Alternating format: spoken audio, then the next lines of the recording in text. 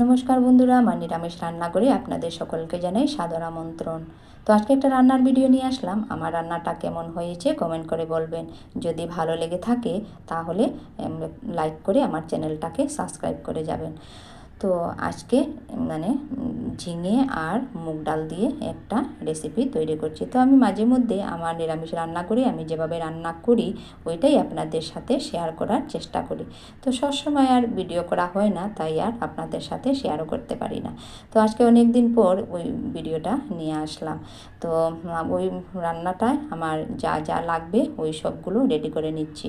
তো প্রথমে ঝিঙেগুলোকে খোসা ছাড়িয়ে তো টুকরো টুকরো করে কেটে দুফালি করে কেটে রেখে দিলাম।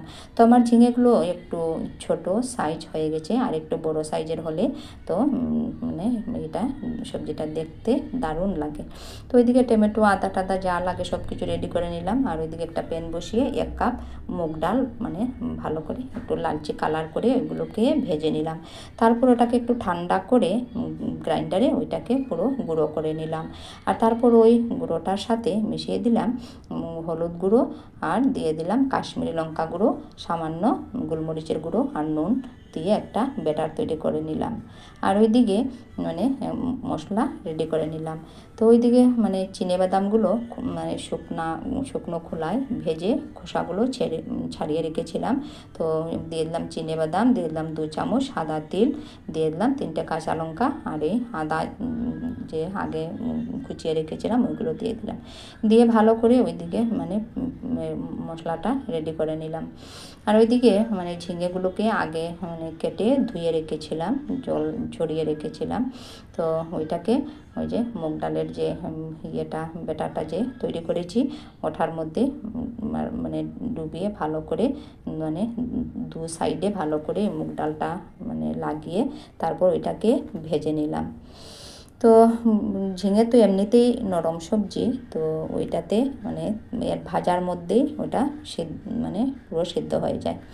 তো ওইগুলো হয়ে যাবার পর বাকি যেগুলো ছিল ওইগুলো ভালো করে ভেজে নিলাম। তো ওইগুলো ভাজা হয়ে গেলে তো ওই প্যানের মধ্যেই আবার ওই পুরো রেসিপিটা করে নেব। তো আমি আপনাদেরকে আগেই বলেছি আমি আপনাদের মতো হয়তো রান্নাবান্না জানি না, তো আমি যেভাবে জানি আমি সেভাবেই করলাম।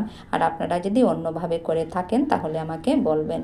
আর ওটার মধ্যে একটু পোস্ত দিলেও ভালো হয়, তো আমার কাছে পোস্ত ছিল না, তো আমি আর পোস্ত দেই নাই ওই চিনেবাদাম আর তিল দিয়েই করে নিয়েছি।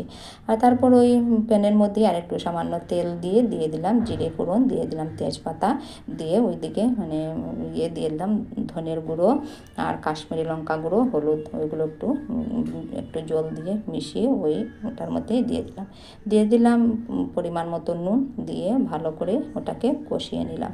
তো কষানো হয়ে গেলে তো তাতে দিয়ে দিলাম টমেটোটা একটু দিয়ে নাড়িয়ে চাড়িয়ে ওই বাটা যেগুলো মশলা যেগুলো রেডি করে রেখেছিলাম ওইগুলো ঢেলে দিলাম। ওইগুলো একটু নাড়িয়ে চাড়িয়ে নিলাম। তারপর দিয়ে দিলাম সামান্য চিনি, দিয়ে দিলাম 3টে কাঁচা লঙ্কা, দিয়ে ভালো করে ওইটাকে মানে কষিয়ে নিলাম। তো ভালো করে কষানো হয়ে গেলে তো মানে দিয়ে দিলাম ফুটানো গরম জল। তো আমি মানে ওই ফোড়নের মধ্যে একটু হিঙের গুঁড়োটা দিলে খুব ভালো হয়। তো আমার মানে ঘরে একটু হিংটা একটু কম মানে চলে, তাই আমি হিং দিইনি। তো হিংটা দিলে খুব মানে লাগে, ভালো লাগে খেতে। তো যখন জলটা দিয়ে যখন একটু ফুটে গেল তারপর দিয়ে দিলাম মানে 1 চামচের মতো ঘি আর সামান্য গরম মশলার গুঁড়ো, দিয়ে একটু নাড়িয়ে ছাড়িয়ে মানে 2-3 মিনিটের মতো তো ঢেকে রেখে দিলাম। তো 2-3 মিনিট পর ওইটাকে মানে ওই রকম হয়েছে। তো ওইটা খেতে খুব ভালো লাগে। ওটা ভাতের সাথে, রুটির সাথে, লুচির সাথে, যে কোনো কিছুর সাথে খাওয়া যায়। তো আমার ভিডিওটা দেখার জন্য থ্যাংক ইউ।